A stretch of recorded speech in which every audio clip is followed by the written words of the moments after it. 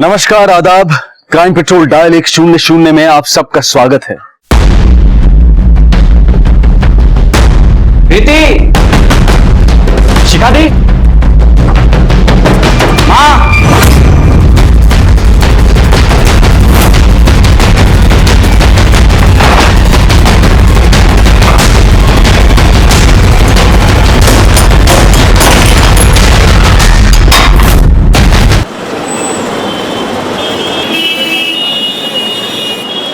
ये कैसी बातें कर रहे हो तुम लोग? भाग गए क्या? देखो मुझे तुम्हारी ये बकवास नहीं सुननी है। मुझे मेरा बेटा चाहिए बस। मुझे अच्छी तरह से पता है कि सनी तुम्हारे ही पास है। तुम्हारे मेरे बीच में जो भी हुआ सो हुआ, लेकिन मुझे और परेशान करना बंद कर दो, समझे? और चुपचाप मेरा सनी लौटा दो मुझे। मैं तुम्हें आखिरी मौका दे रहा हूँ, बता दो सनी कहाँ है, नहीं तो मुझसे बुरा कोई नहीं होगा। देखो, मेरा गुस्सा मेरे बेटे सनी पर मत निकालो, समझे? तो मुझे चुपचाप मेरा बेटा लौटा दो, नहीं तो मुझे मजबूरन पुलिस स्टेशन जाना पड़ेगा। जाओ पुलिस के पास जाओ, जो करना है करो, लेकिन एक बार पुलिस इन्वॉल्व हो गई तो तुम्हारे लिए अच्छा नहीं होगा।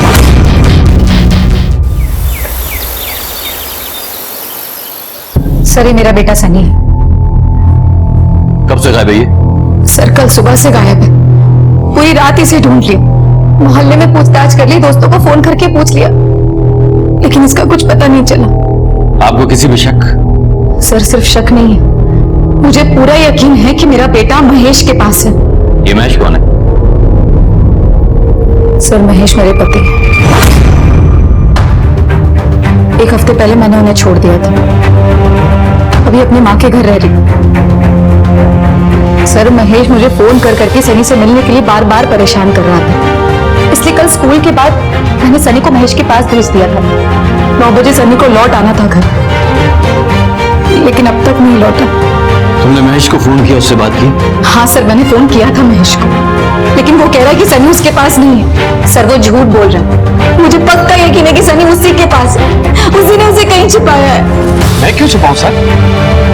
बल्कि शिखा ने उसे छुपाया होगा और मुझ पर इल्जाम ले रही है। हाँ साहब, मेरा बेटा पूरी रात परेशान था, बल्कि वो अभी पुलिस स्टेशन जाके रिपोर्ट दर्ज करवाने ही वाला था। जब से ये शिखा घर छोड़कर चली गई है ना, तब से सनी को देखने के लिए हमारी आंखें तरस रही है। पर ऐसा हुआ क्या जो शिखा सनी को लेकर चली गई? साहब, वो तो झगड़ालू औरत है। उस दिन कुछ ज्यादा ही झगड़ा हो गया और उसे घर छोड़ के जाने का मौका मिल गया। सनी जी पापा, बेटा थोड़ा नमक लेकर। मम्मा, पापा को नमक चाहिए, खाने में नमक कम है। शिखा, ये क्या है? पागल हो गई हो क्या? बस, तुम्हारी ये आदत है ना, सनी को दिन लेट उबेंगी। अरे जब देखो तब उसे पढ़ाई के बाद डिस्टर्ब करते रहती हो तुम। चल सनी, हर बात पे लड़ती थी। मुझे तो लगता है कि उसे घर छोड़ के जाने का बहाना ही चाहिए था। कब हुआ ये साहब अभी 20 अप्रैल। तो तुम्हें शक है कि कोई उसे अगवा कर सकता है? शक नहीं है सर, यकीन है। मुझे यकीन है कि शिखा ने सनी को कहीं छुपा के रखा है। परिवार हमारी जिंदगी का एक अहम हिस्सा होता है। इसका हर रिश्ता हमारे व्यक्तित्व को एक रूप देता है और रिश्तों की बनावट, उनसे जुड़े सुख दुख हमारी जिंदगी का आईना होते हैं। लेकिन कभी कभी जिंदगी को संवारने संभालने में कुछ ऐसे हादसे हो जाते हैं जो कईयों की जिंदगी के रुख बदल देते हैं, अपराध का भयानक रूप ले लेते हैं।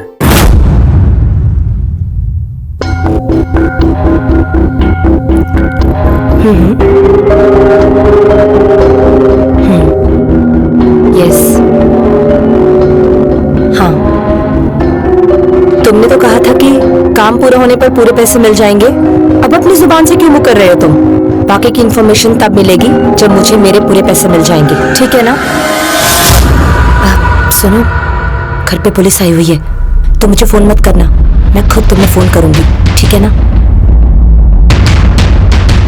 सर, 15 साल की लव मैरिज में एक दिन भी मेरी बेटी को महेश सुख नहीं दे पाया।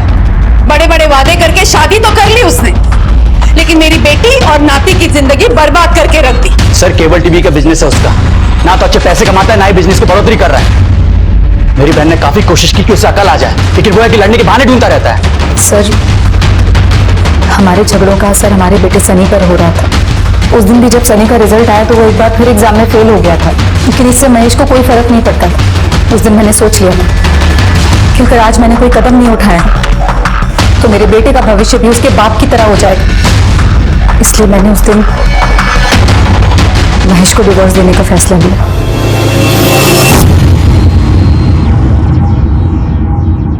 सर, कुछ पता चला क्या सन्नी का? आप कौन? सर, ये मेरी वाइफ प्रीति है। आप लोग एक बात बताइए, कल सनी महेश के घर कब गया था? सर, मैं खुद छोड़ने गया था शाम को 5 बजे, उसके स्कूल से आने के बाद। सुनियो, 2-3 घंटे बाद आता हूं तुझे लेने को। ओके नानी। जा। शाम को जब लेने के लिए गया तो महेश ने कहा कि वो वहां आया ही नहीं। एक बात बताइए सर, अगर ये सनी को महेश के घर लेके गए थे तो सनी वही होना चाहिए ना? पर महेश ने हमें यह बताया था कि सनी उसके घर आया ही नहीं था। सनी के पास मोबाइल था? नहीं सर, कोई मोबाइल नहीं था उसके पास। सर प्लीज मेरे बेटे को ढूंढिए। जैसे जैसे वक्त जा रहा है मेरी घबराहट और बढ़ती जा रही है। नहीं समझ में आ रहा कि सनी कहाँ होगा, कैसा होगा, किस हाल में होगा मेरा बेटा। आप सनी के स्कूल की डिटेल दे सकते हैं? जी सर। लीजिए सर। अब घबराए नहीं, हम पूरी कोशिश करेंगे उसको लाने की। पॉइंटर्स की डिटेल्स वेरीफाई करो, ठीक है? तुम कौन हो? सर ये हमारा पड़ोसी है, मेरी बेटी का दोस्त। आओ बेटे, आओ अंदर आओ। शिखा और महेश के रिश्ते का तनाव कुछ ऐसी हद तक पहुंच गया था जहां अपने बेटे सनी के अचानक गायब हो जाने का जिम्मेदार वो एक दूसरे को ठहरा रहे थे। माँ बाप की लड़ाई में सबसे पहले बच्चे ही पिसते हैं, और अगर ये लड़ाई बच्चे की कस्टडी तक पहुंच जाए तो दोनों ही अपना हक हासिल करने के लिए किसी भी हद तक जा सकते हैं। तो क्या शिखा या महेश ने ही सनी को गायब किया था, या फिर उसके गायब होने की वजह कुछ और ही है? सर, कहीं ऐसा तो नहीं कि माँ बाप के झगड़ों से तंग आकर ही बेटा खुद ही कहीं चला गया? But possible. तुम एक काम करो, महेश और दामिनी के नेबर्स से, सनी के स्कूल से, उसके दोस्तों से पूरी इस परिवार की हिस्ट्री निकालो। कोई? ठीक है सर।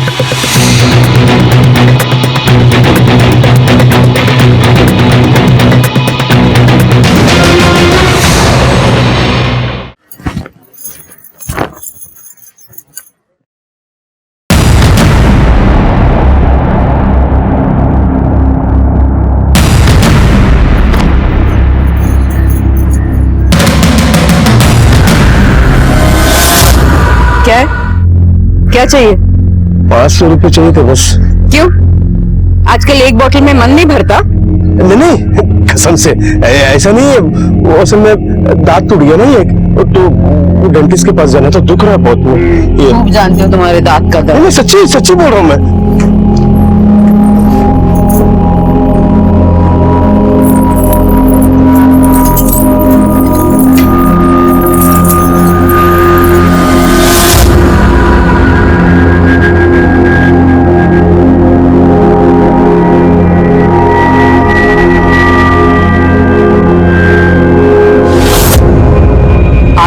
बचा के रखना, संदूक पे डालने की जरूरत नहीं है। नहीं, मैं तो ऐसे ही वो मिल गया ना पैसे? हाँ। जाओ।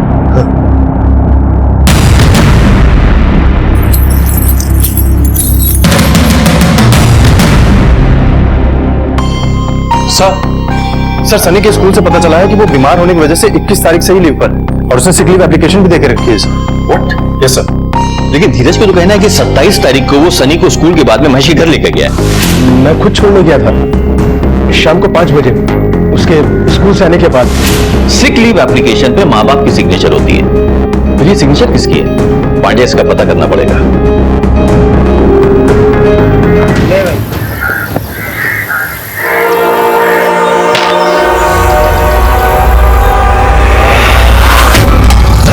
सर ये देखिए, ये हैंडराइटिंग सनी की है। और ये सिग्नेचर? ये सिग्नेचर मेरे नहीं है सर। सर किसी ने मेरे सिग्नेचर की नकल की है। सर प्लीज आप मेरी हालत समझने की कोशिश कीजिए, कहीं मेरा सनी किसी मुसीबत में ना हो। ठीक है, चलो।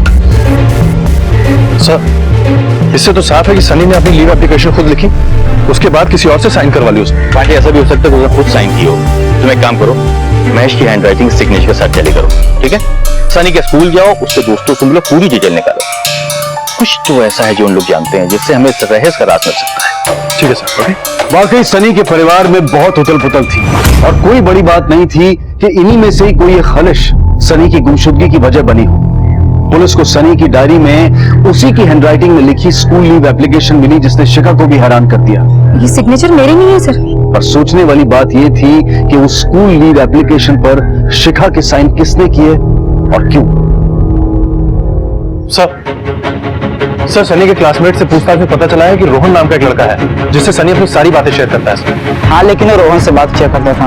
और सर हैंडराइटिंग एक्सपर्ट का कहना है कि सनी के लीव एप्लीकेशन पे जो शिखा के फेक साइन थे वो महेश ने नहीं बल्कि सनी ने खुद किए थे सर। इसका मतलब ये है कि इस रहस्य की गुत्थी जो है वो सनी का दोस्त रोहन ही खोल सकता है। चलो सर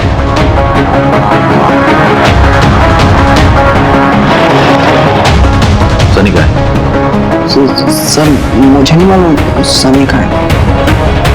मम्मी मैं ट्यूशन के लिए चलता हूँ। एक मिनट इधर आओ। देखो मुझे अच्छी तरह से मालूम है कि तुमको मालूम है कि सनी कहाँ है। सच में नहीं मालूम सर मुझे सनी का। पता है तुम्हें? हाँ? आखिरी बात पूछो। मैंने कहा ना कुछ नहीं होगा। सर वो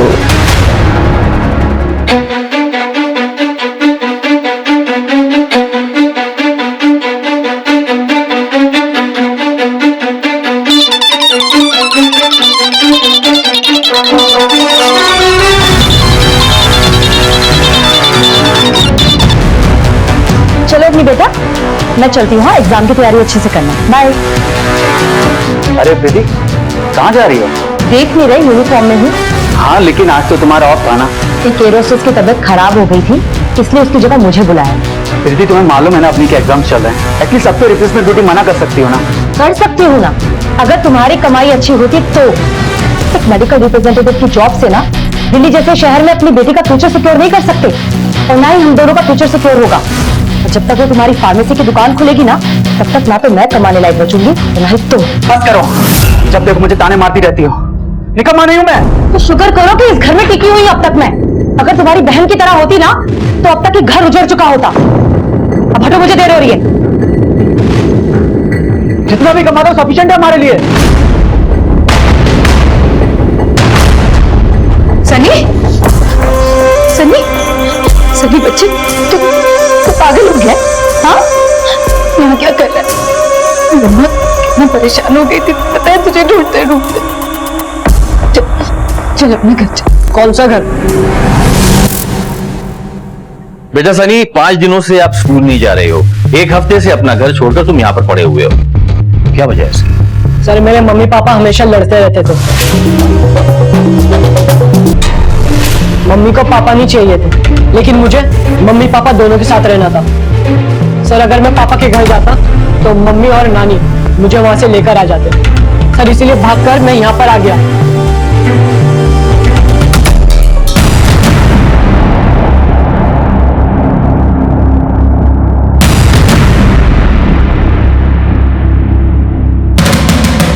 काम ठीक से हो जाएगा ना? आज तक कोई दिक्कत आई है क्या? तो ज्यादा परेशान होने की जरूरत नहीं है। आज से अपनी सारी परेशानी मुझ पे छोड़ रहे। और अब तो तूने पैसे भी दे दिए। समझ तेरा काम हो लिया। चल।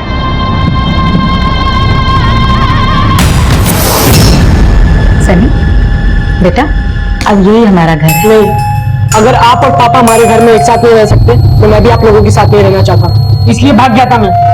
सनी, वो देखो नानी खाना लेकर आई है ना। लो। अच्छा शिखा, कल मैंने रजत को खाने पे बुलाया। उसे तेरे हाथ की बिरयानी पसंद है ना, वही बनाना तू। हाँ, आपको तो मेरे पापा कभी पसंद ही नहीं थे। जब देखो आप मेरी मम्मी को मेरे पापा के खिलाफ भड़काती रहती थी। पूछे ना बाप। हाँ सनी, मुझे तेरे पापा कभी पसंद नहीं आए। अगर शिखा जिद नहीं करती ना तो अब तक वो रजत के साथ खुश रहती, लेकिन अब मैं उसकी जिंदगी बसा कर रहूंगी और उसके लिए मुझे तेरी रजामंदी की कोई जरूरत नहीं है, समझा? मम्मी आप क्या कहती है कि ये हमारा घर है?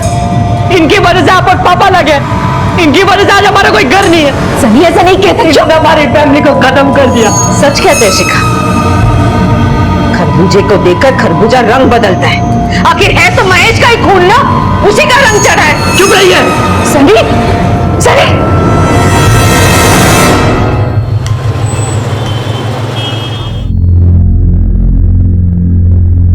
माँ, माँ, प्रीति, प्रीति,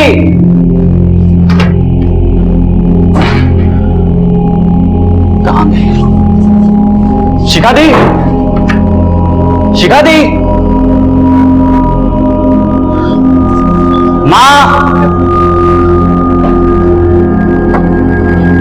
माँ।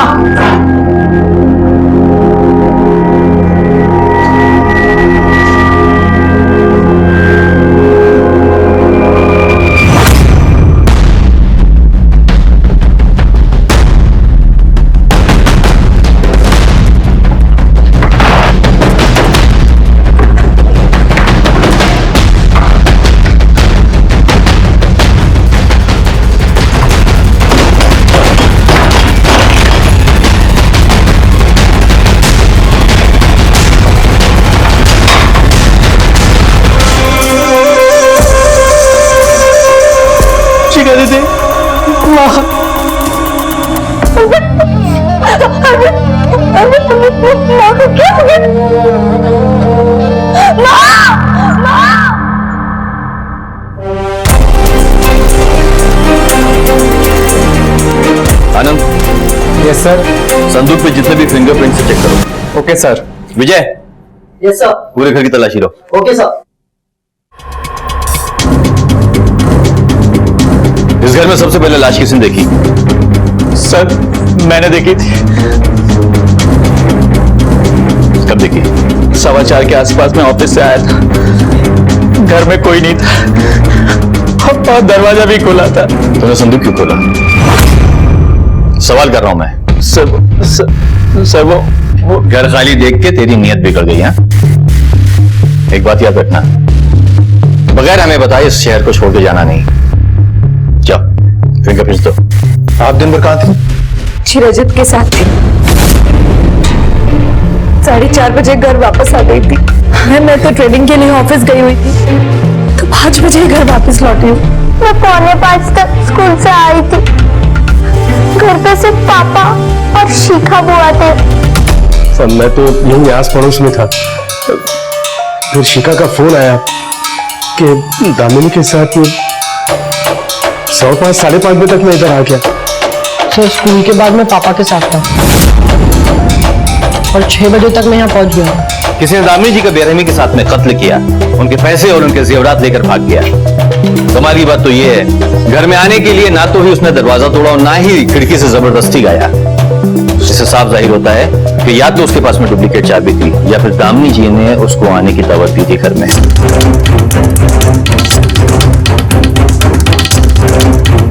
किसी के पास में इस घर की डुप्लीकेट चाबी है? कोई नौकर? नहीं। संदूक में कितने पैसे थे? 15-20 लाख तो थे ही। आपको किसी पे शक है? मुझे महेश पे शक है सर। वो मतलब दोनों की बनती नहीं थी। एक मिनट, सनी को आज हम खाना खिलाएंगे, है ना सनी? मेरे हाथ से खाओ। अरे सनी बेटा सुनो। सनी बेटा। पापा कैसा है तू? ठीक तो है?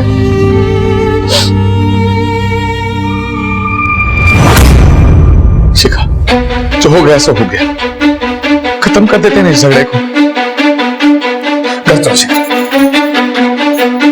हाथ मत लगा मुझे, समझे? और क्या तमाशा कर रहे हो तुम? निकलो अभी, निकलो अभी यहाँ से। शिखा मैं तमाशा करूं? मैं तुम्हें घर लेने चलो, घर चलो, घर चलो। उसने कहा है ना, अब जाओ, जाओ यहाँ से। अब प्लीज बीच में मत बोलिए प्लीज। देखो महेश, तमाशा करके कोई फायदा नहीं होगा। तुम चुप बैठो। तुम होते कौन हो बीच में बोलने वाले? तुम क्या बोलोगे यहाँ पर? ये हमारे घर का मामला है। महेश बस। चुप कर दो। बात करने की तमीज नहीं तुझे।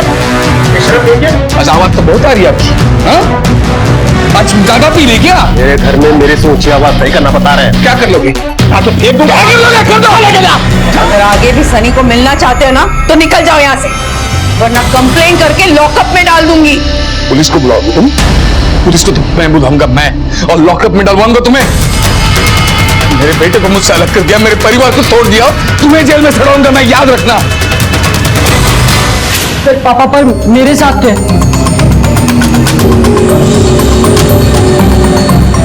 महेश के पास घर की चाबी थी? नहीं सर, वो तो सनी के पास थी।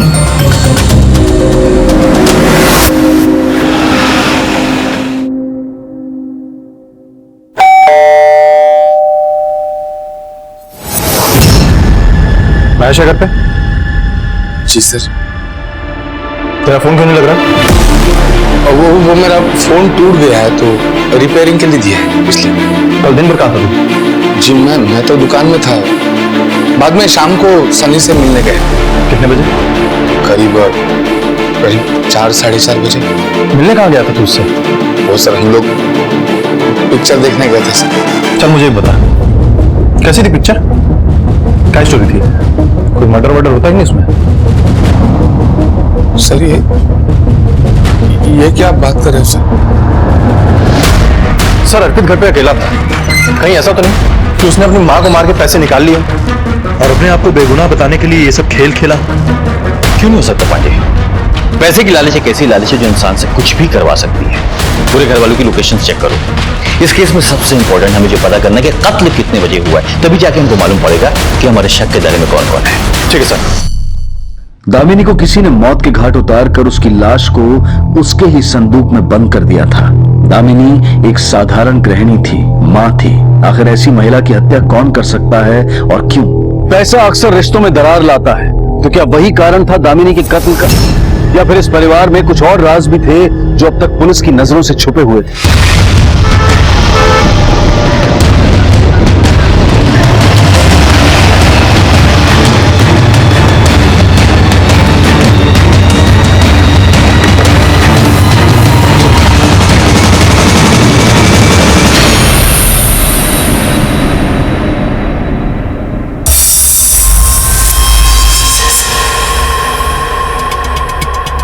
सर पोस्टमार्टम रिपोर्ट के मुताबिक दामिनी की मौत सर पे गहरी चोट लगने की वजह से हुई है। दीवार के सैंपल्स में भी दामिनी का खून मिला है सर। इसका मतलब ये हुआ कि दामिनी का सर किसी ने जोर से नुकीली चीज पे मारा है।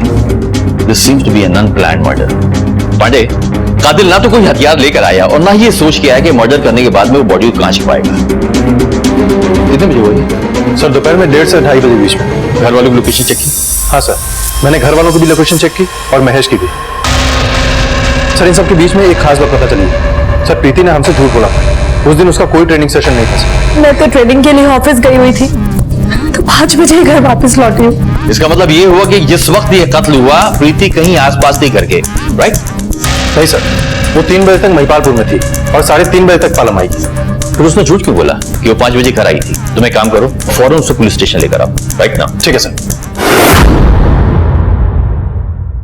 मिस प्रीति, जिस दिन मर्डर हुआ है आपके कहने के हिसाब से आप 5 बजे अपने घर पे थी, लेकिन आपके फोन के रिकॉर्ड के हिसाब से आप 3:30 बजे ही पालम पहुंच गई। असली बात क्या है? सर मैं 3:30 बजे ही पालम पहुंच गई थी, लेकिन वो शॉपिंग करनी थी इसलिए मार्केट चली गई थी सर। घर से निकलने के बाद में आपने सिर्फ दिनेश को ही फोन किया, और जब हमने रिकॉर्ड चेक किया तो यह मालूम पड़ा कि आपकी बातचीत दिनेश से अक्सर हुआ करती है। रिश्ता क्या है दिनेश से आपका? सर वो मेरा कलीग है, वो एयरलाइंस के ग्राउंड ऑफिस में है सर। उस दिन बीच रास्ते में उसका कॉल आया कि आज ट्रेनिंग सेशन कैंसिल हो गया, तो इसलिए मैं अपने एक दोस्त को मिलने के लिए महिपालपुर में रुक गई थी सर। दोस्त से? यानी दिनेश से? सर वो सच तो यही है कि मैं महिपालपुर में ही रहता हूँ। प्रीति उस दिन मुझसे ही मिलने आई थी। क्यों? सर वो हम दोनों एक दूसरे से प्यार करते हैं।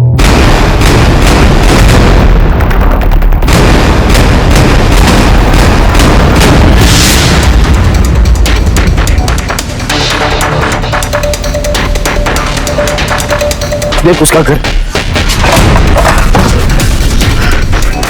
रघु भाई पता नहीं कहां गया। ये भाई यहां विक्रम रहता है, पता है कहां है? ऐसा मुझे कहां से पता था विक्रम कहां है? क्या गेम खेल रहे तुम दोनों? ना वो दुकान पर है ना घर पर है। मुझे मेरे पैसे चाहिए, मुझे पूरे 5 लाख रुपए चाहिए मेरे। अगर नहीं दिया ना देख ले तेरा क्या हाल करता हूँ। आ जाते कहां से। Sir sir sir sir sir मुझे बचा लीजिए सर, वो मुझे मार डालेगा सर। हाँ साहब, इससे पहले भी वो अपने लफंगे दोस्तों से मिलकर मुझे पिटवा चुका है, लेकिन मैं चुप रहा साहब। घर का बच्चा है, सोचा नाम लूंगा तो बदनामी हो जाएगी, लेकिन इस बार तो उसने हद कर दी साहब। खुद भी आया और मुझे मार डालने की धमकी दी। सनी को मैं संभाल लूंगा, लेकिन एक बात बता, ये हमारे पास फिंगरप्रिंट्स की रिपोर्ट है। अर्पित और दामिनी की उंगलियों के निशान के अलावा संदूक पे तेरी भी उंगली के निशान है। ये माजा क्या है? हो सकता है ना साहब, मेरी बीवी का संदूक है, मेरे कमरे में है, तो हाथ लगता रहता है ना साहब, निशान तो होगा ना। पुलिस को बेवकूफ समझता है। अच्छा हुआ तू यहाँ पर आ गया, वरना हम खुद तुझे उठाने वाले थे। जितना सवाल किया गया उसका जवाब दे, सच सच सब कुछ बता दे। मारना नहीं, मैं बताता हूँ साहब। वो संदूक से गहने और पैसे मैंने ही चुराए थे।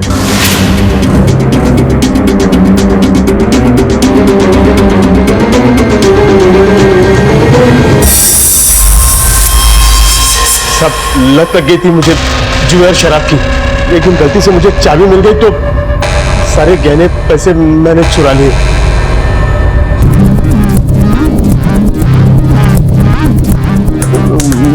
मैंने चोरी की है, लेकिन साहब खून मैंने नहीं किया। तूने गहने और पैसे कब चुराए थे? 4 तारीख की सुबह को, लेकिन उस वक्त दामिनी जिंदा थी साहब। सर कितनी अजीब बात है, अगर धीरज ने मर्डर के एक दिन पहले ही संदूक का सारा माल साफ कर दिया था, तो आखिर दामिनी का मर्डर कोई क्यों करेगा? अजय, ऐसा नहीं कि चोर मर्डर नहीं कर सकता, चोर मर्डर भी कर सकता है, लेकिन उसको सलाखों के पीछे डालने के लिए हमारे पास में पुख्ता सबूत चाहिए। लेकिन सर ऐसा भी तो हो सकता है ना कि ये धीरज सच कह रहा हो सकता है कि उसने सिर्फ चोरी की हो और खून किसी और ने, किसी ऐसे आदमी ने जिसको पैसों की सख्त जरूरत थी। तुम एक काम करिए, धीरज है ना, इसके साथ साथ में अर्पित पे भी नजर रखो। Yes sir. हो सकता है इस कांड में बाप बेटों की मिलीभगत हो। सर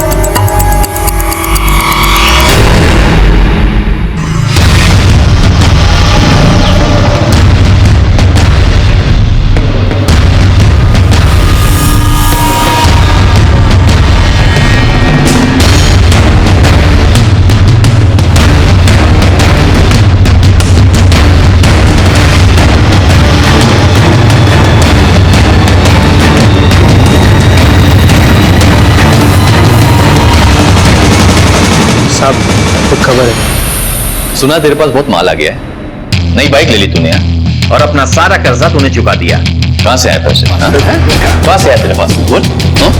संदूक से तेरे बाप ने जो पैसे चुराए थे उसी का खेल है ना ये सब? सच बता। सर, माँ के पास पैसे होने के बावजूद उन्होंने मुझे पैसे नहीं दिए। सर वो सब पैसे संदूक वाले नहीं है। तो किसके पैसे? मैंने केमिस्ट शॉप डालने के लिए 5 लाख रघु से उधार लेके केमिस्ट वाले विक्रम को दिए थे, जो बाद में मेरे पैसे लेके फरार हो गया था। ये सारे पैसे मुझे मेरी बीबी प्रीति ने दिए कर्जा चुकाने के लिए। बहुत होशियार समझती है अपने आप को, मुझे तो मारती थी, खुद काम के नाम पे मुझे धोखा दे रही थी। फिर तेरी बात तो सुनो, मैंने जो कुछ किया हम दोनों की भलाई के लिए। चुप, एक और शब्द नहीं, और आज के बाद तुम्हारी नौकरी बंद। मैं तुमसे बात कर रहा हूं, सुनाई दे रहा तुम्हें?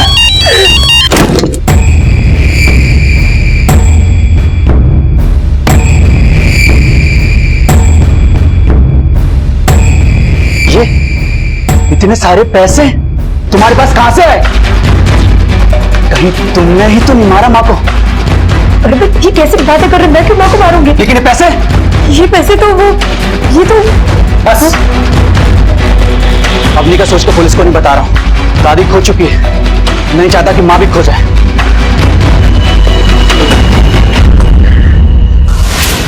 वो तो मेरे पिछले 2-3 सालों की सेविंग्स थी जो मैंने अर्पित से छुपा के रखी थी। सर मैंने वही अर्पित को दे दी ताकि वो रघु के पैसे लौटा सके। वाह प्रीति जी वाह, ये क्यों नहीं कहती कि अपने धोखेबाजी को छुपाने का मुआवजा दिया था तुमने अपने पति को, और तुम्हारे बेशर्म पति ने बड़े गर्व के साथ उस पैसे को रख भी लिया। नहीं सर, मैं सच कह रही हूँ सर, ऐसा ही था। ये प्रीति अपनी सेविंग्स का झूठ बोलकर हम पे गुमराह करने की कोशिश कर रही है। इस पे कड़ी नजर रखो पांडे, कोई ताज्जुब नहीं होगा कि इस एयर होस्टेस मैडम की एक अपनी कुछ कहानी हो। ठीक है सर।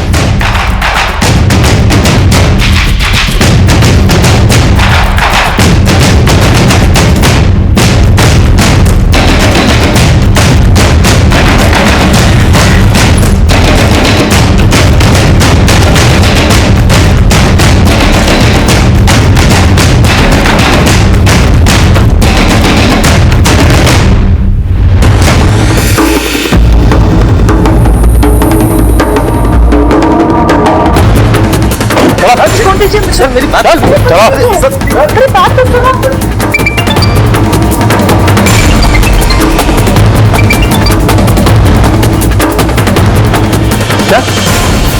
इधर आ, एक्स्ट्रा मैरिटल अफेयर, हाँ? अय्याशी। सोना कहाँ से आया? सर कहाँ से आया सोना? ये पैसा कहाँ से आया? राजे नहीं करते हो? मैं और प्रीति स्मगलिंग रिंग के लिए काम करते हैं सर। सर हम लोग दुबई से गोल्ड स्मगल करके भारत में बेचा करते थे। देख आखिरी बार कह रहा हूँ, सच सच बता दे, वरना तुम दोनों की जिंदगी खराब हो जाएगी।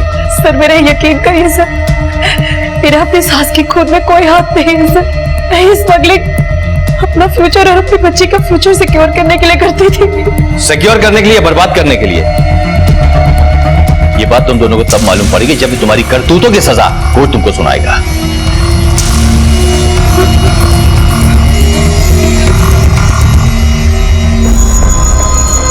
मैं महेश ये कबूल करता हूं कि मैंने अपनी सास दामिनी का खून किया और इस शर्मिंदगी की वजह से मैं खुदकुशी कर रहा हूं। वाकई में इस परिवार और इससे जुड़े हादसों की गुत्थी उलझती जा रही थी। महेश की आत्महत्या ने पुलिस को हैरान कर दिया था। दामिनी को मारने की वजह तो उसके पास थी। मेरे बेटे को मुझसे अलग कर दिया, मेरे परिवार को तोड़ दिया, तुम्हें जेल में चढ़ाऊंगा मैं, याद रखना। क्या वाकई महेश ने सुसाइड किया था या फिर किसी और वजह से उसने अपनी जान ली थी? पुलिस को यह केस अब काफी घुमावदार लगने लगा था और उन्होंने तय कर लिया कि वो इस जुर्म की जड़ों को खोद निकालेंगे।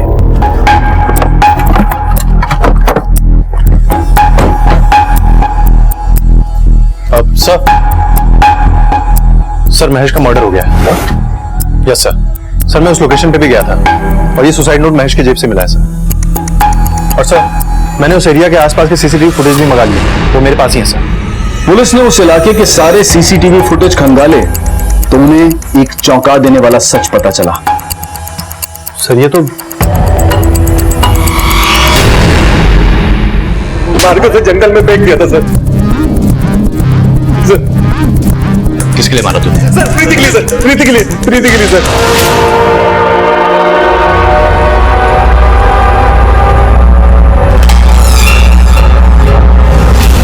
क्यों मारा? कुछ दिनों पहले जब मैंने आप लोगों को बताया था कि प्रीति और मेरा अफेयर है, उसके कुछ दिनों बाद से प्रीति ने मेरे साथ काम करना बंद कर दिया था। लेकिन एक दिन वो मेरे घर आई और मुझसे कहा कि महेश को मार डालो, और उसके बदले में वो दोबारा मेरे साथ स्मगलिंग करने को तैयार हो गई। सर मुझे डर था कि मैं अपनी सास दामिनी की खून के इन्वेस्टिगेशन में पकड़ी जा सकती थी और मैं नहीं चाहती थी कि मेरी एक गलती मेरे बेटे के फ्यूचर को खराब कर दे। इसलिए मैं इस केस को जल्द से जल्द खत्म कर देना चाहती थी। पर तूने महेश को ही क्यों मारा? सर महेश मेरी सास दामिनी से नफरत करता था। उस दिन तो उसने घर पर आके उन्हें धमकी भी दी थी और महेश से ना तो मेरा कोई डायरेक्ट कनेक्शन था और ना ही कोई लगाव। और दामिनी क्यों मारा? सर अर्पित कर्ज में डूबा हुआ था, वो उसको एक पैसा तक नहीं देती थी और उसकी वजह से मुझे गलत काम करने पड़ रहे थे। पर मर्डर के टाइम तुम्हारी फोन की लोकेशन जो थी वो महिपालपुर थी। सर मैं दिनेश को 1 बजे मिली थी। मैंने अपना फोन दिनेश को दे दिया ताकि सबको लगे मैं महिपालपुर में।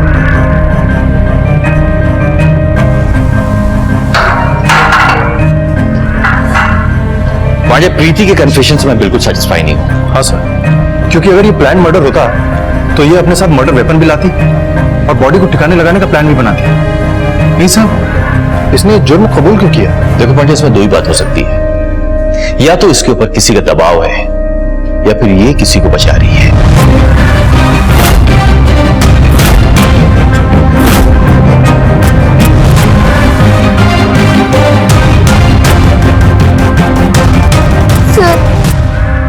दादी को मम्मी ने नहीं, मैंने मारा था। हाँ हाँ ठीक है। अच्छा सुनो, ट्रेनिंग सेशन है, बोल के निकल रही हूँ, इसलिए घर वापस जल्दी लौटना पड़ेगा। तुम मुझे जल्दी फ्री कर देना। हाँ बाय। किससे बात कर रही थी? किसी से नहीं, काम के बारे में बात कर रही थी। रुक! काम के बहाने किससे मिलने जाती है खूब जानती हूँ मैं। देख ये आवारागर्दी करना छोड़ दे तू। मैं कोई आवारागर्दी नहीं कर रही हूँ, अपने काम पर जा रही हूँ। ये जो कुछ भी हो रहा है ना, आपकी वजह से हो रहा है। आप पैसों पर कुंडली जो मारकर बैठी हुई हैं। अगर मैं अर्पित को बताऊंगी ना तो धक्के मार के इस घर से बाहर निकाल देगा वो तुझे। आपने जिसको बताना बता दीजिए, मुझे किसी का डर नहीं है। प्रीति, प्रीति रुक! अभी फोन करती हूँ अर्पित को। दादी फोन मत कीजिए प्लीज, दादी फोन मत कीजिए। छोड़ दादी, मेरे मम्मी पापा को अलग मत कीजिए। दादी मैं नहीं छोड़। निकलना नहीं हूं मैं। तो शुक्र करो कि इस घर में टिकी हुई अब तक मैं। अगर तुम्हारी बहन की तरह होती ना तो अब तक ये घर उजड़ चुका होता। मम्मी पापा के साथ रहना चाहती थी, लेकिन दादी उन्हें भी अलग कर देती। मैं दादी को मारना नहीं चाहती थी, मैं बस सबके साथ रहना चाहती थी। फिर क्या हुआ? तुमने मम्मी को फोन किया? हाँ, माँ ने दादी की लाश को संदूक में छुपा दिया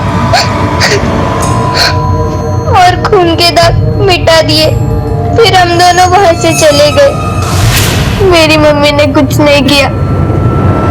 प्लीज उन्हें छोड़ दो अंकल, प्लीज। मुझे डर था कि अगर ये तहकीकात ऐसे चलती रही तो आप एक दिन अपने तक भी पहुंच जाएंगे, इसलिए मैंने महेश को भरवा दिया। माँ बाप के किए गए काले करतूत उनके बच्चों का भविष्य खराब कर देते हैं। अगर आपको किसी तरह की प्रॉब्लम थी, आप हमारे पास में आती, पुलिस के पास में आती, उसकी मदद लेती, लेकिन आपने ऐसा नहीं किया। आपने वो किया जो कानून के खिलाफ था, इसलिए आपको सजा तो मिलेगी। परिवार हम सब की जिंदगी का अटूट हिस्सा होता है और यहीं पर हमारी सोच, हमारे सिद्धांत, हमारे लक्ष्य की नींव पड़ती है।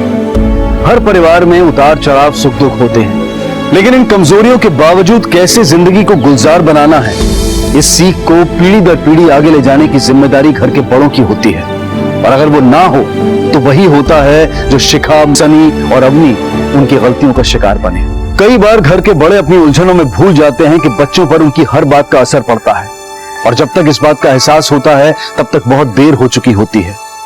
जिंदगी कोई चक्रव्यूह नहीं है, बल्कि एक बहुत ही सरल खेल है जिसे हम अपने अहंकार से उलझा देते हैं। अगर थोड़ी सूझबूझ, थोड़ा सब्र और थोड़ी सोच बदली जाए तो जिंदगी अपना रुख बदल सकती है।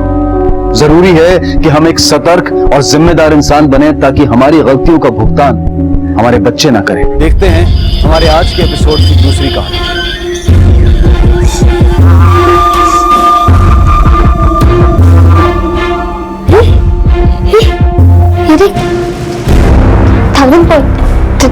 अरे रुकिए, आप ऐसे अंदर नहीं जा सकते। अरे सर बिजी है, रुकिए। सर हमारी मीटिंग का कुछ अता पता नहीं है सर। एक मिनट, आराम से बताइए बात क्या है। सर हम हर जगह पे खोज रहे मीठी को, हमें कहीं नहीं मिली मीठी। सर ये मीठी है कौन? सर मीठी हमारी बच्ची है सर। आप प्लीज उसे ढूंढिए सर, प्लीज। मम्मी, भैया, जल्दी अंदर आओ। अरे क्या हुआ? नहीं देखो। हाँ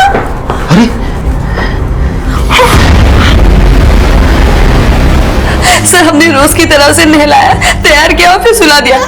उसको सुलाते सुलाते कब हमारी आंख लगे हमें पता ही नहीं चला। जब हम उठे तो मीठी, मीठी। सर हम गलती से घर का दरवाजा बंद करना भूल गए। सर पता नहीं हमारी बच्ची कहाँ है, कौन हमारी बच्ची को ले गया। प्लीज हमारी बच्ची को ढूंढने ना, हमें बहुत डर लग रहा है। पता नहीं भास्कर इसे कब उठा लाया, इसकी सांस भी नहीं चल रही है, लगता है मर गई है। दीपक तू ही बता क्या करें। राजेंद्र भैया, आप हमारी माने तो आप सीधा पुलिस के पास जाएं और पुलिस को सब सच बता दें।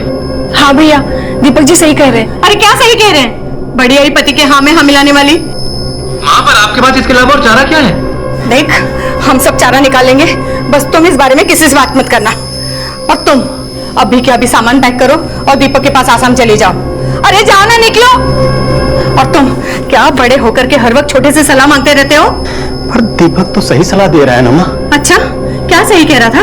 क्या कहेंगे हम पुलिस से कि भास्कर इसे यहाँ उठा लाया और खेली खेल में मार दिया? तो पुलिस पापा मैं मीटिंग के साथ ले जाओ।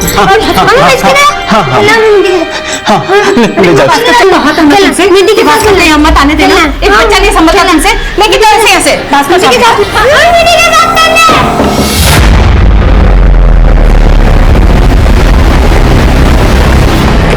सर ये हमारा घर है, मीटिंग यहीं अंदर थी। दिशा, अंदर देखो तुम। शर्मा, आसपास पूछताछ करवाओ, शायद किसी ने कुछ विटनेस किया हो।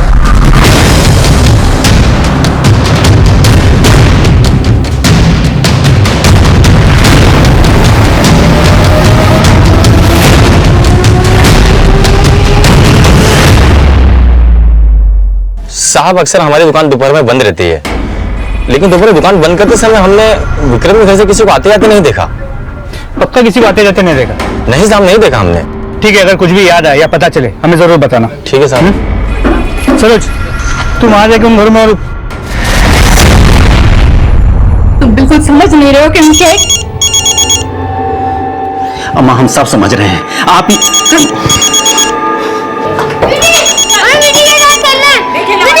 गर्मा जी अभी हम थोड़ा बिजी हैं, आपसे थोड़ी देर में बात करें? सॉरी राजेंद्र जी, हमने आपको डिस्टर्ब किया। वो हमने ये पूछने के लिए फोन किया था कि आपको सूट कैसा लगा। आप ये पीछे आवाजें कैसी है? सब ठीक तो है ना? ले जाओ इसे। एक्चुअली गर्मा जी वो घर में थोड़ा सा हम पर यहाँ मुसीबतों का पहाड़ गिर पड़ा है और तुम अपनी मंगेतर के साथ बतिया रहे हो। आप ही के कहने पे हम इस उम्र में घोड़ी पे चढ़ रहे हैं और आप हो कि हमें। अच्छा, अगर पहले ही चढ़ जाते ना तो भास्कर को मां मिल जाती और वो ये सब ना करता जो उसने अब किया है। माँ ये सब उसने बचपने में किया है, और अगर हम पुलिस के पास नहीं जाएंगे बताने के लिए तो सब के सब फंसेंगे। क्यों अपने पैरों पे कुल्हाड़ी मार रहा है? शैलेश जी, आप हमारे जवाई हैं, आप ही बताइए हम क्या करें। अब हम क्या बोले? मम्मी किनसे पूछ रही हो आप? ये तो सीधा पुलिस के पास ही जाएंगे। इन्हें तो मौका मिल गया हम सबको बदनाम करने का। तुम हमेशा उल्टा ही क्यों सोचती हो? माँ, आपको जो ठीक लगता है ना वही कीजिए, हम आपके साथ हैं। ये तो हमारी बच्ची को लेके जा रहा है, ये हमारी बच्ची। कौन हो सकता है? सर समझ नहीं आ रहा कि कौन हो सकता है ये। सर अभी हनुमान चौक के बीच चौकी से फोन आया था। इस आदमी को अपनी बाइक पे हनुमान चौक के एक सीसीटीवी कैमरा में कैप्चर किया गया। इसके साथ कोई बच्चा नहीं था, लेकिन इसके कंधे पे एक बैग था। हो सकता है उसने मीठी को उस बैग में रखा। उस सीसीटीवी कैमरा के फुटेज को मंगा लिया। सर, हनुमान चौक हनुमान नगर में है ना? सर, वहां मेरे पहले पति का घर है।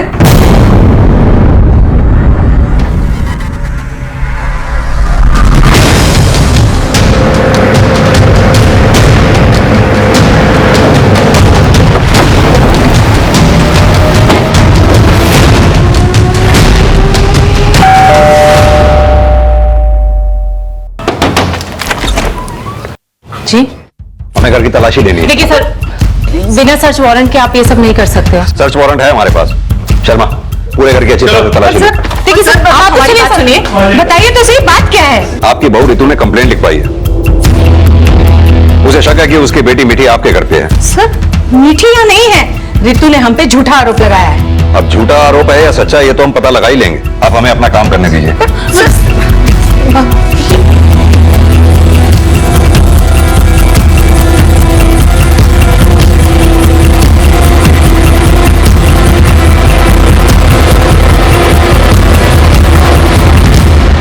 सर, हम आपसे कह रहे हैं, यहाँ आपको कुछ नहीं मिलेगा। मीठी नहीं है यहाँ पे।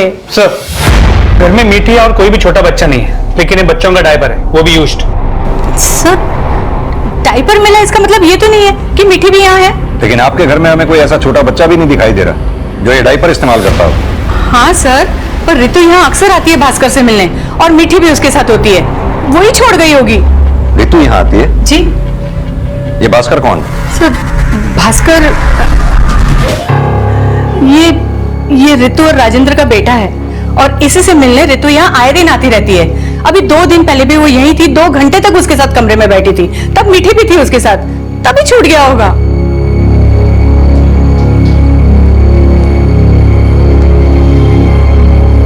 भास्कर बेटा, ये फोटो ध्यान से देखो। ये मीठी ही है ना? क्या आज ये यहाँ आई थी? आपने देखा इसको? देखो बेटा, अगर तुमसे कोई भी पूछे ना मीठी के बारे में तो किसी को मत बताना कि तुम मीठी को यहाँ लाए थे। हाँ, क्योंकि अगर तुमने किसी को बताया ना कि मीठी यहाँ थी तो तुम्हारी मम्मी की तरह तुम्हारे पापा भी दूर हो जाएंगे।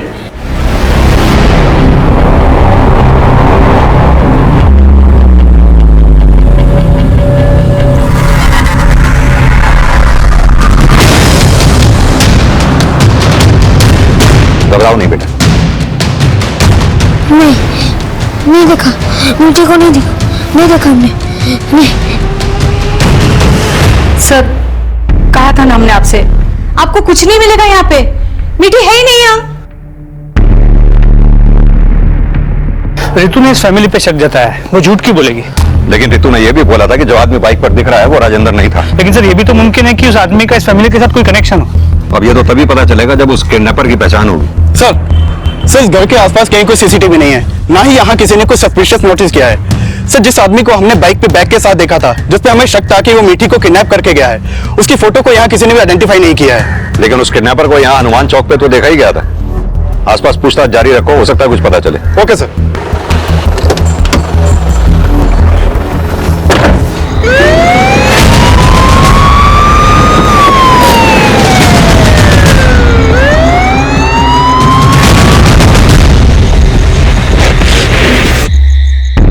नजदीक एक डंपिंग ग्राउंड से मिली।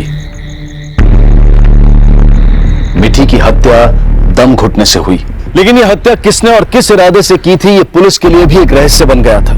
और पुलिस की कई कोशिशों के बावजूद इस राज से पर्दा नहीं उठ पाया था। और वक्त के साथ साथ मिठी की हत्या से जुड़ा यह राज राजेंद्र और उसके परिवार ने अपने सीने की गहराइयों में दफन कर लिया था और जिंदगी की नई शुरुआत में लग गए थे। लेकिन जिस घड़ी को वो एक नई शुरुआत समझ रहे थे, क्या वो वाकई में एक नई शुरुआत थी या फिर किसी अनहोनी की उल्टी गिनती शुरू हो चुकी थी?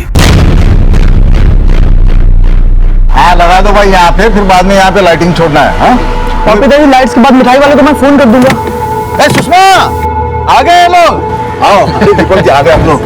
अंकल जी आप परेशान मत होइए, अभी तो बस हमर चंचल ही आए हैं। नमस्ते भैया। खुश। वो चाचा जी एक्चुअली हम लोग सीधा आसाम से आ रहे हैं। माँ जी ने कहा था कि हम लोग एयरपोर्ट से डायरेक्टली यहीं पहुंच जाएं, तो हम लोग यहीं आ गए। तो राजेंद्र जी कब तक आएंगे? जी भैया से हमारी एयरपोर्ट पे बात हुई थी, तो निकलने ही वाले थे, आने वाले होंगे वो भी। हाँ हाँ दीपक, हम लोग निकल रहे हैं। हाँ बोल दो उन लोग को, बस 1 घंटे पहुंचने वाले हैं। हाँ भैया ठीक है, लेकिन आपने अपनी सेल्फी नहीं भेजी हमें अब तक। हाँ भेजता हूँ, तू टेंशन मत ले। अरे ये फोटो। अरे राम कहाँ रह गया? राम, अरे भाई ए राम इधर आओ। अरे भाई जब देखो फोन पे ही बतियाते रहते हो, आ जाओ जरा ये फोटो खींचो फटाफट। घर से फोन आ गया। कोई बात नहीं, चलो लीजिए चलो आप लोग गाड़ी में बैठो, आइए आ जाओ फटाफट बैठिए। साहब जी 1 मिनट। हाँ जल्दी बात करके आओ। ठीक। अरे सब लोग कितने अच्छे लग रहे हैं, है ना? लेकिन निशा दीदी नहीं दिख रही इसमें।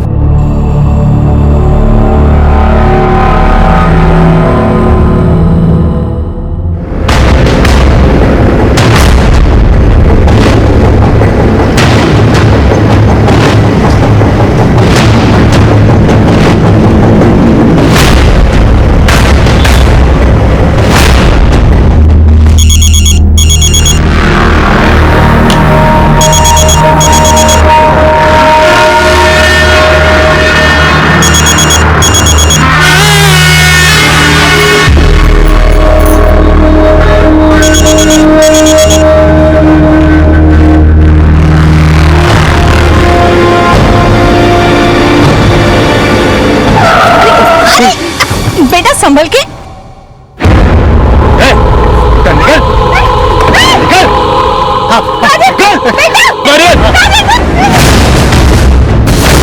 आप जिस नंबर को डायल कर रहे हैं वो इस समय स्विच ऑफ है। क्या हुआ दीपक जी, किसी से बात हुई क्या? नहीं मम्मी का फोन लग रहा है, नहीं भैया का, नहीं शरीश जी का। एक काम कीजिए ना, निशा दी का नंबर लगा लीजिए। नहीं उनकी तबीयत खराब थी तो वो घर ही रुक गए हैं। दीपक जी क्या हुआ, कुछ बात हुई उनसे? जी बात तो नहीं हो पाई है, हमें लगता है शायद वो रास्ता भटक गए होंगे। हम देख के आते हैं। हाँ? आते हैं।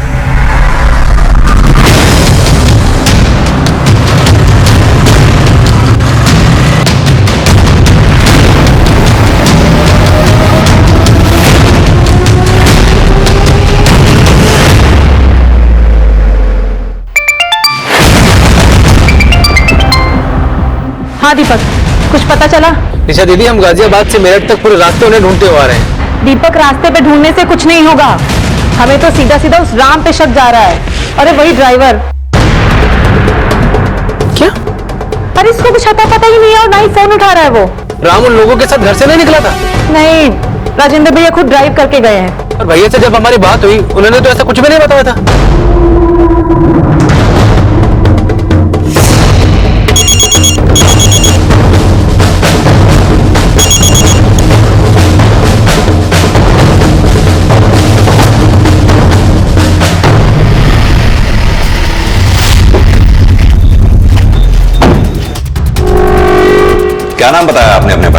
राजेंद्र शर्मा। आपका भाई राजेंद्र और आपकी माँ कमला हनुमान नगर में रहते हैं? जी सर। सर हमारे भाई के साथ उनके बेटे भास्कर, हमारी जीजा शैली जी और हमारी माँ थी। सर शाम 4 बजे वो लोग मेरठ से गाजियाबाद के लिए निकले थे।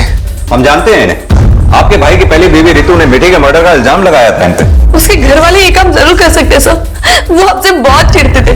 लेकिन तब आपसे मुलाकात नहीं हुई थी। हम मिलिट्री में है सर, फिलहाल आसाम में पोस्टिंग है। सर प्लीज हमारे भाई को ढूंढिए जल्दी। हम पता कर रहे हैं उन्हें। राजेंद्र की गाजियाबाद में कहां सगाई होने वाली थी? गाजियाबाद वैशाली में, करीमा भाभी के घर पे। और कौन सी गाड़ी से गए थे आपके भैया? सर व्हाइट कलर की एसयूवी थी, UP XX621D नंबर है सर।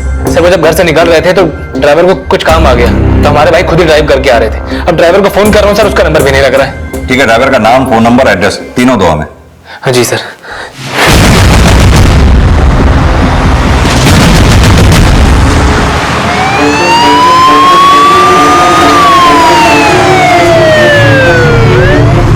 हेलो सर, ड्राइवर रामबिष्ट के घर पे तो ताला लगा है। मैंने उसके पड़ोसियों से पूछताछ की, उन्होंने बताया कि रामबिष्ट का तो पता नहीं, लेकिन उसकी बीवी अपने बच्चे को लेकर जल्दबाजी में कहीं निकली है। हो सकता है राम का अपनी फैमिली के साथ गायब होने का प्लान हो। ये पता करो ये लोग कहाँ हो सकते हैं, और राम की बीवी का फोन नंबर भी पता करो। Okay sir. मेरठ से गाजियाबाद के बीच हर सिग्नल, हर बीट चौकी पर उन तक पहुंचने के सिरे ढूंढ रही थी। और इसी दौरान राजेंद्र का ड्राइवर राम बिष्ट मेरठ के एक सरकारी अस्पताल से गिरफ्तार कर लिया गया। कहाँ चला गया था? हमारी बेटी की तबीयत अचानक खराब हो गई थी साहब, इसलिए हॉस्पिटल चले गए थे साहब। ये लो, दीपक फिर से मजाक कर रहा है। साहब जी, हमारी बेटी की तबीयत बहुत बिगड़ गई है, हमारी बीवी उसको लेकर हॉस्पिटल गई है, हमको भी जाना पड़ेगा। कोई बात नहीं, तुम टेंशन मत लो, मैं खुद ही गाड़ी चला लूंगा। धन्यवाद साहब। एक काम करो, ऐसे रख लो, और डॉक्टर क्या बोलता है बताना। जी बहुत बहुत धन्यवाद साहब जी। तूने अपना फोन क्यों बंद कर रखा था? साहब हमारा फोन चार्ज नहीं था साहब, उसकी बैटरी खत्म हो गई थी। लेकिन हम आपको एक बात बताना चाहते हैं साहब। क्या बात? शाम को 2 लोग बाइक से बार बार घर का चक्कर लगा रहे थे।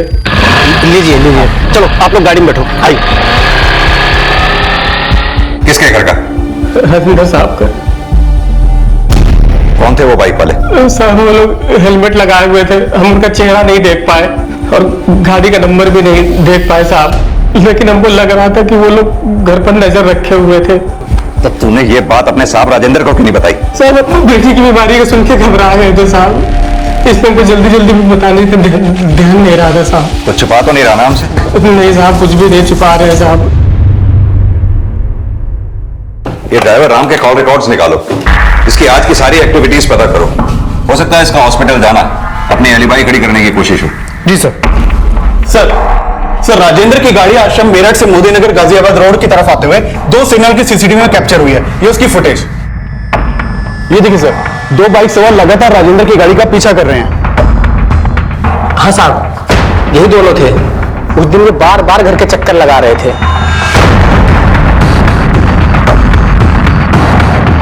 दोनों बाइकर्स ने हेलमेट पहने हैं, लेकिन दोनों बाइक्स के नंबर विजिबल नहीं। पता करो ये बाइक्स किसके नाम पे रजिस्टर्ड है।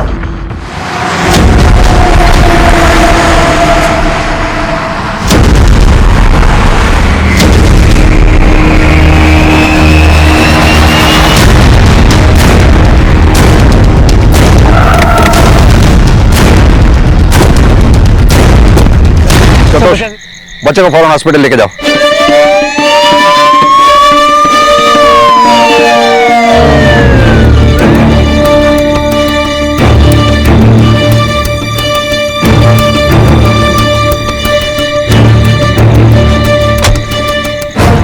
सर गाड़ी में कोई क्लू नहीं मिला, समझ में नहीं आ रहा किसने किया होगा। फॉरेंसिक टीम का क्या अपडेट है? Sir on the way. गाड़ी के अंदर हमें कुछ नहीं मिला, लेकिन गाड़ी के बाहर ये पतले से टायर के स्किड मार्क्स हैं। देखने से ऐसा लगता है किसी स्कूटर या बाइक ने इस गाड़ी को रोकने की कोशिश की है। सर क्या ये वो बाइकर्स हो सकते हैं जो गाड़ी का पीछा कर रहे थे?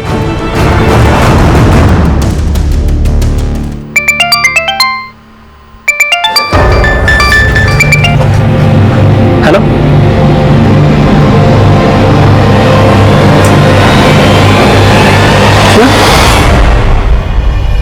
क्या हुआ?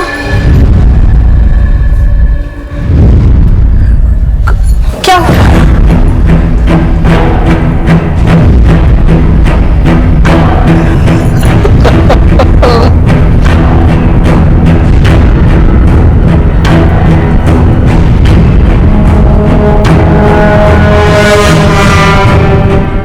राजेंद्र की मां और जीजा को बेरहमी से मार दिया गया, फिर भास्कर के साथ ये दया क्यों दिखाई गई? ये सवाल बहुत जल्द इस केस की दिशा बदलने वाला था। जिन बाइक्स पर हमलावर राजेंद्र की गाड़ी का पीछा कर रहे थे, पुलिस को वो बाइक्स गाजियाबाद नोएडा रोड पर मिली और ये पता चला कि ये दोनों बाइक्स इस हमले को अंजाम देने के लिए चोरी की गई थी। शर्मा, ये लोग जो भी थे प्रोफेशनल किलर थे। जरूर उन्होंने राजेंद्र के घर वालों को मारने की सुपारी ली होगी। लेकिन सर घर वालों में राजेंद्र के भाई और बहन दीपक और निशा और दीपक की बीवी चंचल क्यों नहीं थी? मेरा मतलब है राजेंद्र अपनी सगाई के लिए जा रहा था, लेकिन निशा अपने घर पे बैठी हुई। दीपक और चंचल गाजियाबाद में गरिमा के घर पे थे। सर, दीपक और उसके परिवार वाले आए हैं, आपसे मिलना चाहते हैं। भेजो। सर, हम और चंचल आसाम से राजेंद्र भाई की सगाई के लिए आए थे। एयरपोर्ट पे उतरे तो माँ का फोन आया। माँ ने कहा आप सीधा गरिमा के घर चले जाएं। लेकिन आप तो मेरठ में ही थे, फिर आप अपने भाई की सगाई में क्यों नहीं जा रही थी?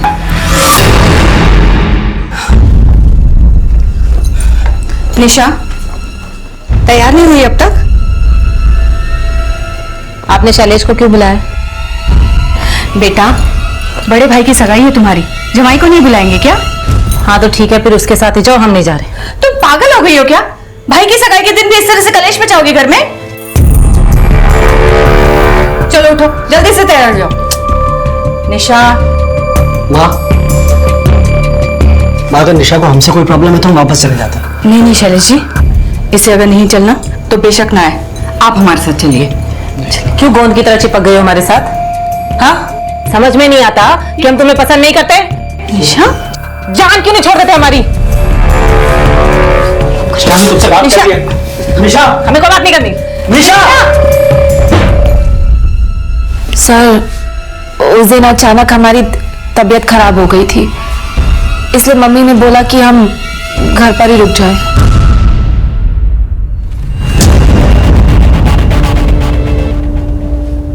आप लोगों को किसी पे शक जो आपके परिवार वालों को मरवा दे? सर, हमें उस ऋतु पर शक हो रहा है, उसी ने मरवाया होगा हमारे घर वालों को। ऋतु आपके भाई राजेंद्र की पहली बीवी? जी हाँ सर। सर, ऋतु हमेशा से हमसे चिढ़ती आई है, उसे लगता है कि मीठी को भी हमने ही मरवाया है। कहाँ ले जा रही हो इसे? तुम लोगों ने मीठी को मारा और अब हमारा बच्चा हत्यारों के साथ नहीं रहेगा। क्या पता कल को तुम इसे भी मार दो। पागल हो गई हो तुम? हम मारेंगे भास्कर को? हाँ, तुम भूल गई हो, तुमने छोड़ के गई थी इसे और कोर्ट ने इसकी जिम्मेदारी हम पर सौंपी है, तुम इसे नहीं ले जा सकती।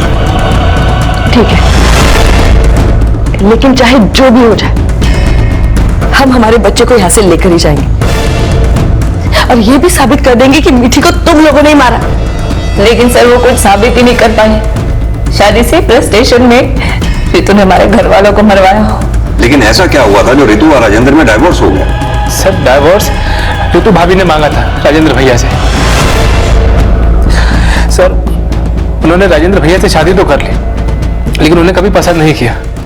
हमारी कुंडली जरूर मिल गई, लेकिन तुम बिल्कुल भी वैसे पति नहीं हो जैसा हम चाहते थे। जब हम पसंद नहीं थे तो शादी के लिए हाँ क्यों बोली? हमारे घर वालों के सामने हमारी नहीं चली और हमें लगा था कि शादी के बाद हम तुम्हें बदल देंगे, लेकिन तुमने तो अब तक कपड़े पहनने का भी सलीका नहीं सीखा। भैया अपना दर्द हमसे शेयर किया करते थे। माँ को लगता था कि भास्कर के पैदा हो जाने के बाद सब ठीक हो जाएगा, लेकिन सर सच ये था कि ऋतु भाभी का पहले से ही विक्रम के साथ अफेयर था। सर, ऋतु भाभी ने विक्रम के लिए भैया को ही नहीं बल्कि भास्कर को भी छोड़ दिया था। भैया बुरी तरह से टूट गए थे सर। भैया ने अपने आंसू कभी भी किसी को नहीं दिखाए और सब कुछ भूलकर अपने आप को बिजनेस में एंगेज कर लिया। अभी थोड़े टाइम पहले ही माँ ने भैया के लिए गरिमा भाभी को पसंद किया। तो राजेंद्र और गरिमा की एंगेजमेंट दोनों फैमिलीज की रजामंदी से हो रही थी? जी सर। गरिमा हमारी जनरेशन तुमसे 20 साल पीछे है, मतलब तुम्हारी एज 22 की है और हम 42 के हैं। तुम्हें इस शादी से कोई प्रॉब्लम तो नहीं है ना? हमें कोई प्रॉब्लम नहीं है, अगर आपको है तो आप बता दीजिए। एक है। क्या?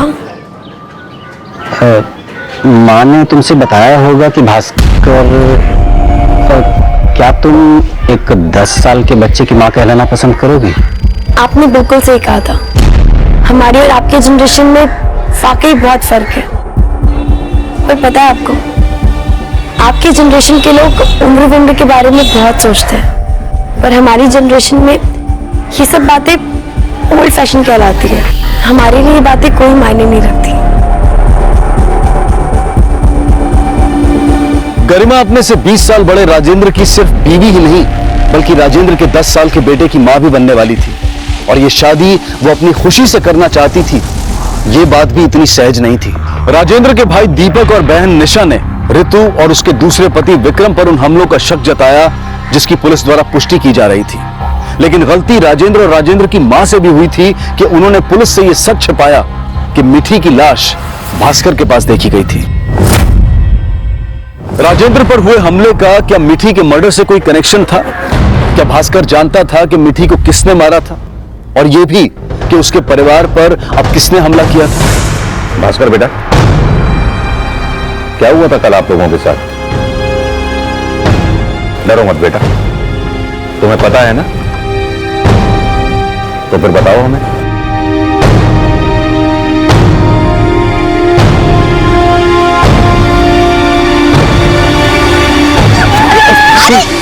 बेटा संभल के।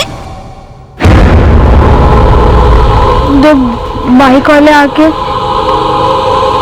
सबको मार दिया सबको। बहुत गंदे थे वो, गंदे थे वो बहुत। बेटा आपने देखा उन बाइक वालों को? हेलमेट पहना था उन्होंने, दोनों ने।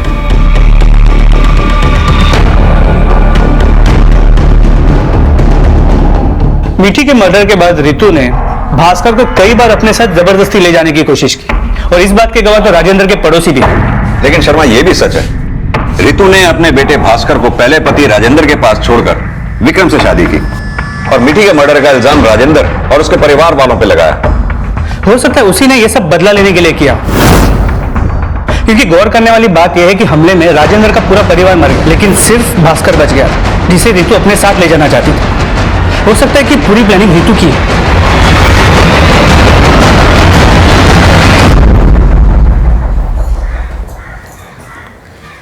भास्कर, लो कुछ खा लो। ये लो थोड़ा खा लो। नहीं, पापा चाहिए। हाँ, पापा के पास लेके चलेंगे, पहले थोड़ा खा लो। नहीं, अच्छा थोड़ा सा तो खा लो, थोड़ा खा लो।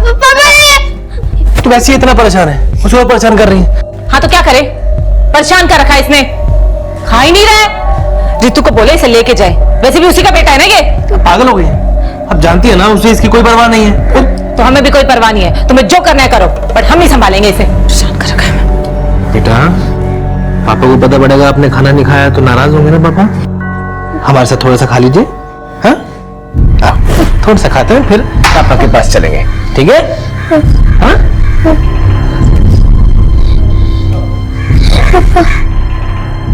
सर, हम मरते दम तक ये बात नहीं भूल सकते कि राजेंद्र के घर वालों ने हमारी मीठी को मारा था। लेकिन आप जैसा सोच रहे वैसा नहीं है सर, हमने वैसा कुछ नहीं किया। लेकिन राजेंद्र के घर वालों को मिठी को मरवा के मिला क्या? सर, सताने वालों का कोई मकसद नहीं होता। लेकिन सताने वालों से बदला लेने का मकसद तो हो ही सकता है। सर, आप हम पर शक कर रहे हैं? हमारी बच्ची के कातिल को ढूंढने के बजाय आप हम पर ही शक कर रहे हैं? सर, आप राजेंद्र की फैमिली को नहीं जानते, खासकर उसकी बहन निशा। वो कुछ कम नहीं है। हाँ सर, मिठी के जाने के बाद ऋतु कानूनी तरीके से एक बार फिर भास्कर की कस्टडी लेने की कोशिश कर रही थी। कैसा कानूनी तरीका? और इस केस से निशा का क्या लेना देना है?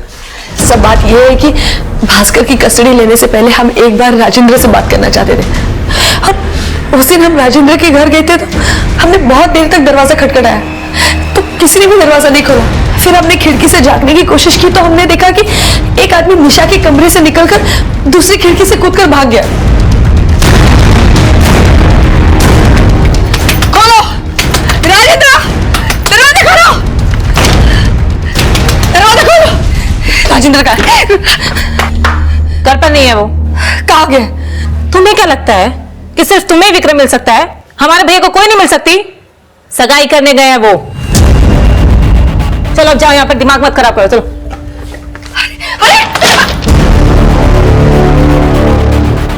सर तभी हमें पहली बार पता चला कि राजेंद्र दूसरी शादी कर रहा था। लेकिन आपने जिस आदमी को खिड़की से कूदकर बाहर भागते हुए देखा, वो आदमी कौन था? सर हमने उसकी शक्ल तो नहीं देखी, लेकिन सर जरूर वो निशा का कोई आशिक होगा। आशिक?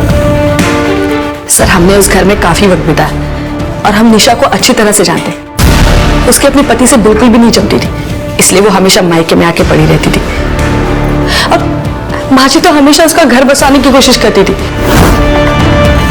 सर हमें तो शक है कि निशा और उसके आशिक ने मिलकर ही शैलेश को मारने की कोशिश की हो और माजी और राजेंद्र बलि का बकरा बन गए हो। लेकिन भास्कर तो बच गया। सर हम वही तो शुक्र मना रहे हैं कि हमारा बच्चा बच गया, लेकिन हम हमारे भास्कर को वहां नहीं रहने देंगे। वो अब हमारे साथ रहेगा सर। बुआ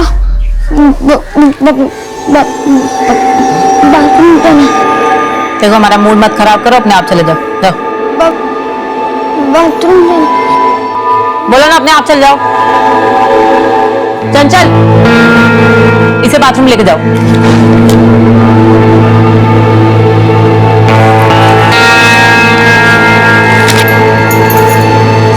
ये लो जाओ।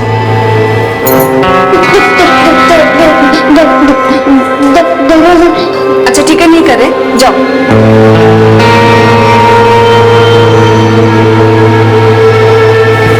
दीपक हम यहाँ नहीं रहना, वापस आसाम चलो। क्यों, क्या हुआ? और चंचल वैसे भी हम अभी नहीं जा सकते हैं। देखो निशा और भास्कर को हमारी जरूरत है। दीपक हमें भास्कर से कोई दिक्कत नहीं है, लेकिन वो निशा, उनकी आवभगत नहीं होती हमसे। एक बार हॉल में जाकर देखो कैसे बैठ करके आराम फरमा रही है वो। उन्हें देखकर कोई नहीं कहेगा कि माँ जी, भैया और अपने पति की मौत का फर्क पड़ता है उन्हें। बस हमें नहीं रहना यहाँ पे, हमें जाना है। देखो चंचल समझ।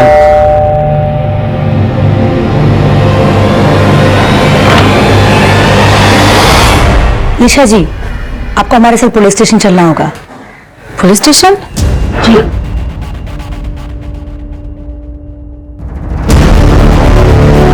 हाँ सर, उस दिन ऋतु घर पर आई थी जिस दिन राजेंद्र भैया सगाई के लिए गए थे।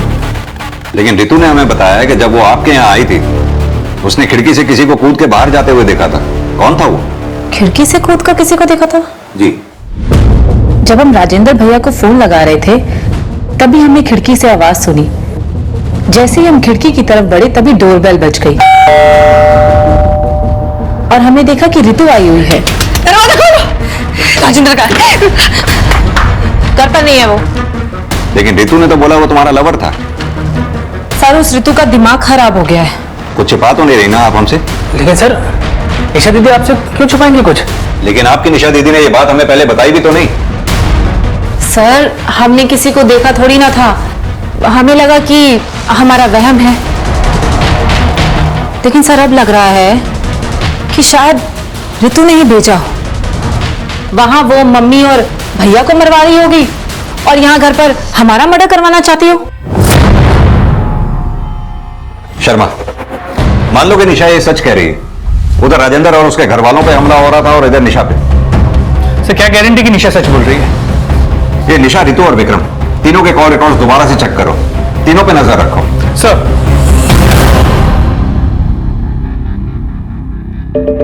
देखो, हमको तुमसे बहस नहीं करनी, हम बस यहाँ भास्कर को लेने आए। क्यों? उसे भी अपने साथ ले जाके मरवाना चाहती हैं आप? वो यहाँ पर रहेगा तो तुम लोग उसे मार दोगे। हम माँ है उसकी और वो अब हमारे साथ रहेगा। आपके साथ नहीं रहेगा, वो हमारे साथ रहेगा।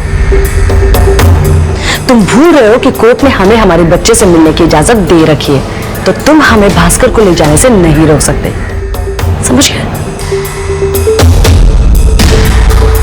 तो ठीक है, अब पहले की तरह उसे थोड़ी देर के लिए अपने साथ लेके जा सकते हैं, लेकिन आपको वापस उसे यहीं लाना होगा। और देखिए प्लीज उसे आप वो सब बातें फिर याद मत दिलाइएगा।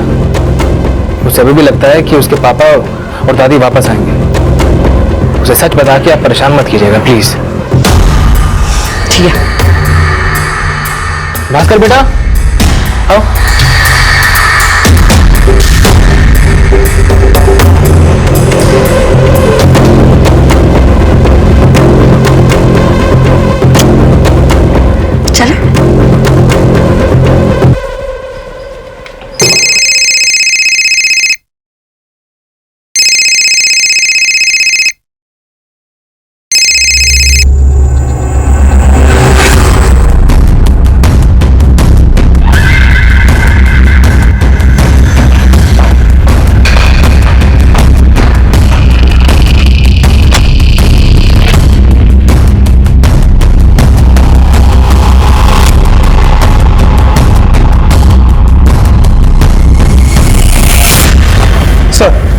विक्रम के कॉल रिकॉर्ड से पता चला कि पिछले कुछ दिनों से वो भगत से काफी बात कर रहा था। ये भगत है कौन? सर एक हिस्ट्री शीटर है, इसे लोग शेरा के नाम से भी जानते हैं। 2 बार चोरी के लिए जेल भी जा चुका है। हो सकता है कि रितु और विक्रम ने इस कांड के लिए भगत को सुपारी दी हो। पता करो ये भगत इस वक्त होगा कहां, और ये रितु और विक्रम दोनों को लेके आओ। सर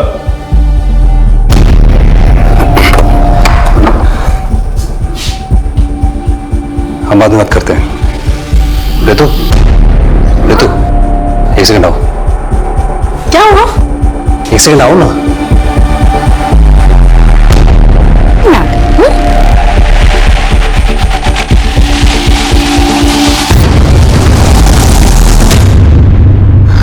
तुम भास्कर को यहां पर क्यों लेकर आई हो? विक्रम कैसी बातें कर रहे हो? वो हमारा बच्चा है। हमारा बच्चा नहीं है, तुम्हारा बच्चा है। मीठी हमारी बच्ची थी जिसे उसके बाप उसके घर वालों ने।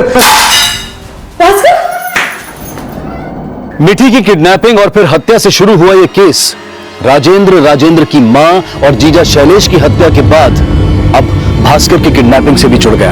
यह साफ था कि भास्कर मिठी के साथ हुए अपराध की लीड दे सकता था। तो क्या भास्कर की किडनैपिंग इसी राज पर पर्दा डालने के लिए हुई थी? सस्पेक्ट कई थे, लेकिन इसमें विक्रम और रितु की भूमिका क्या थी कि मिठी के बाद भास्कर की किडनैपिंग भी उन्हीं के घर से हुई थी? क्या राजेंद्र, उसकी मां और जीजा पर हुए जानलेवा हमले का भी रितु और विक्रम से कोई कनेक्शन था?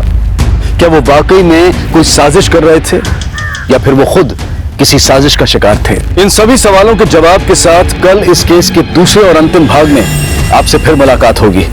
अब मैं अनूप सोनी आपसे विदा लेता हूं। तब तक अपना और अपने परिवार का ख्याल रखें और देखते रहें क्राइम पेट्रोल डायल 100। सबक एक को, सीख हम सबको। जय हिंद। इस तरह के और भी एपिसोड देखने के लिए हमारे चैनल को सब्सक्राइब करें और बेल आइकन दबाना ना भूलें।